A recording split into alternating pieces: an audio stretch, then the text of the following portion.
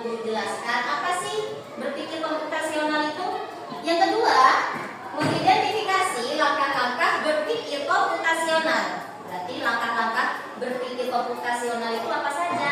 Di slide sudah ada. 1. Dekomposisi. 2. Pengenalan pola. 3. Abstraksi. 4.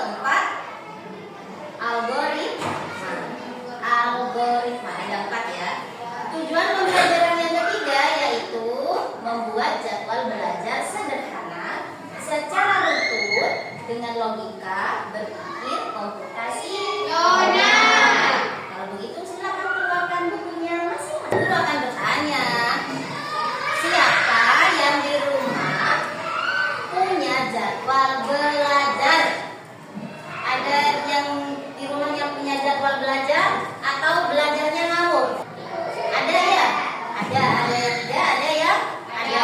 Kalau begitu mulai hari ini karena kita akan berpikir komputasional, ada kaitannya. Contoh, menyiapkan jadwal belajar secara sederhana. Bagaimana kalian menyusunnya? Nanti akan kita bahas lebih lanjut. Mengapa? Karena berpikir komputasional itu berkaitan dengan komputer dan AI juga bekerja dengan cara berpikir untuk menyelesaikan tugas. Jadi manusia, komputer, dan AI, pernah dengar kata AI?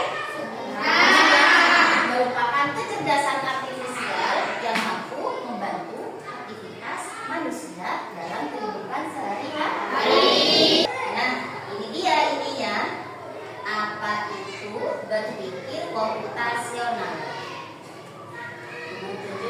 Sifat, tolong bacakan Sifat, apa artinya?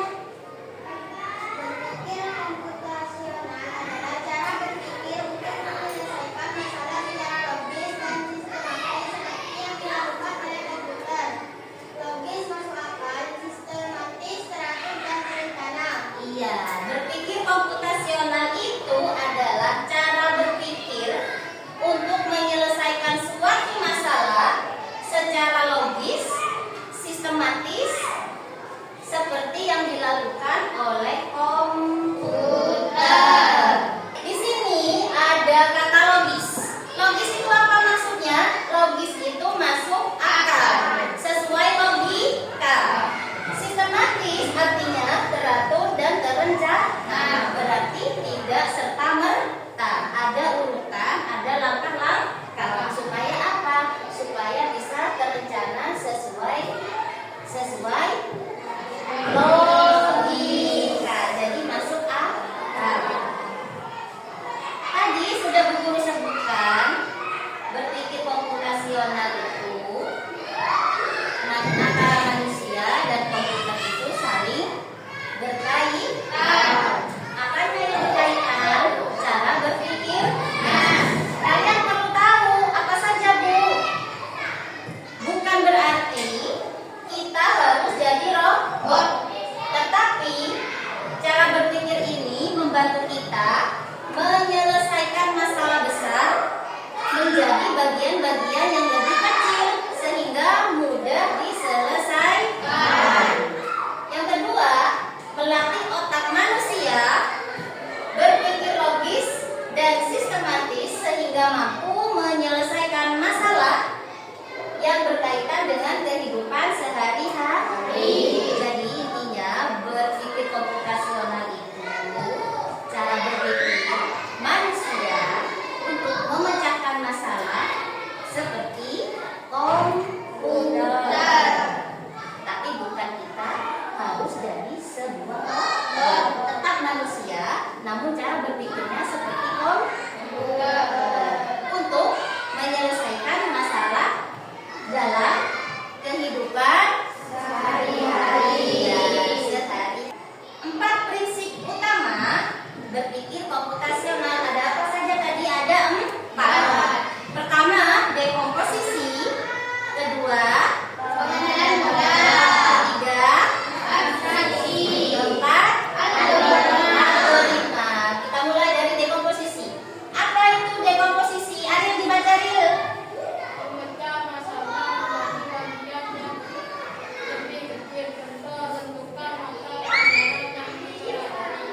Iya, dekomposisi itu jadi masalahnya itu seumpamanya berbentuk bulat, ya, dipecah atau dibagi menjadi bagian-bagian yang lebih kecil. Tadi Bu Guru menyebutkan jadwal belajar.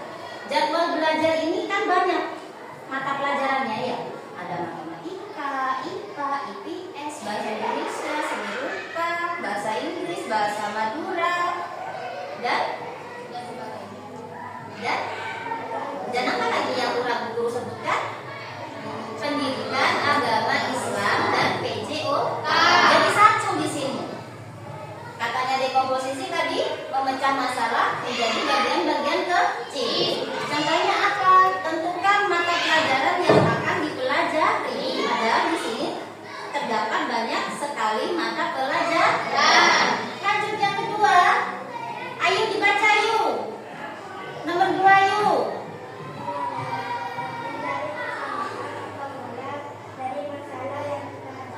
Nah, mencari kesamaan atau pola yang kita hadapi berarti perlukah kita mencari mata pelajaran yang dianggap sulit?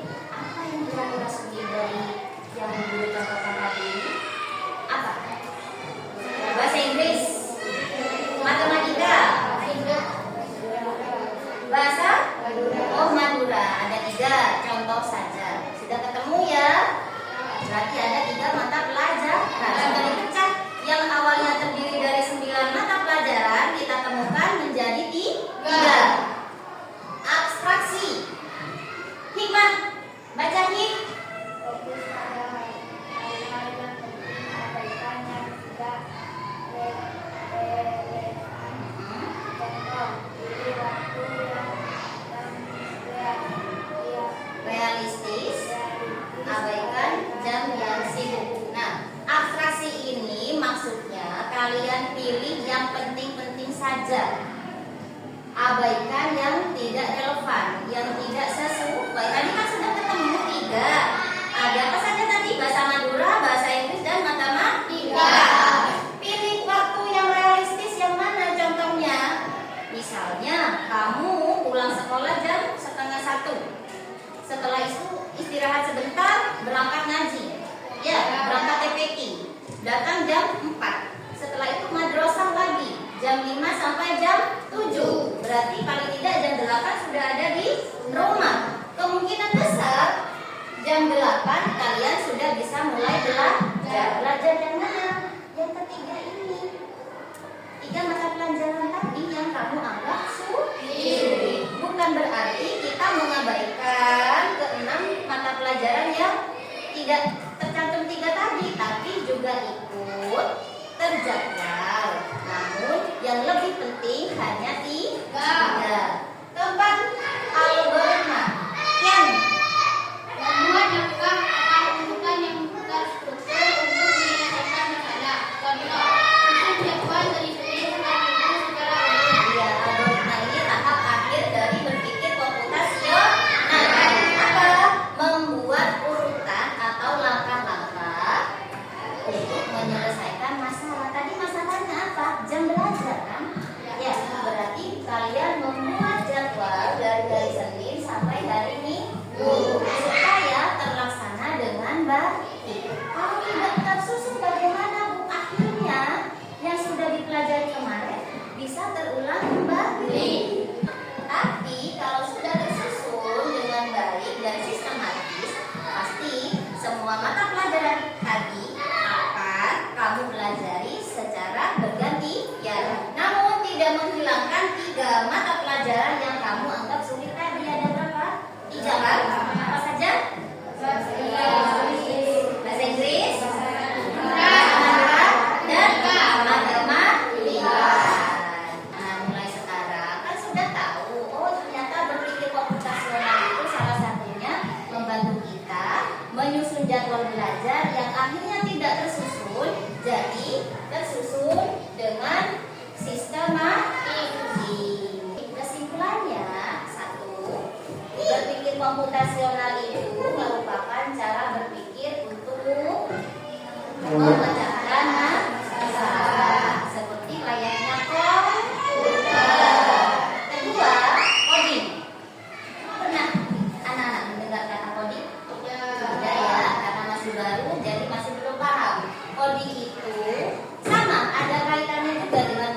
komputasional. Apa Bu? Cara kita memberikan perintah kepada komputer. Kalau manusia, komputernya apa? Otak. Lalu kecerdasan artifisial bisa dikenal dengan AI. Ya, komputer yang bisa belajar dan berpikir seperti manusia. Dan komputer yang bisa belajar seperti manusia.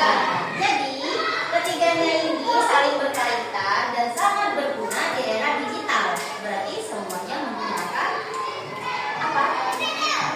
Teknologi. Mulai dari HP, notebook, komputer, dan lain sebagainya.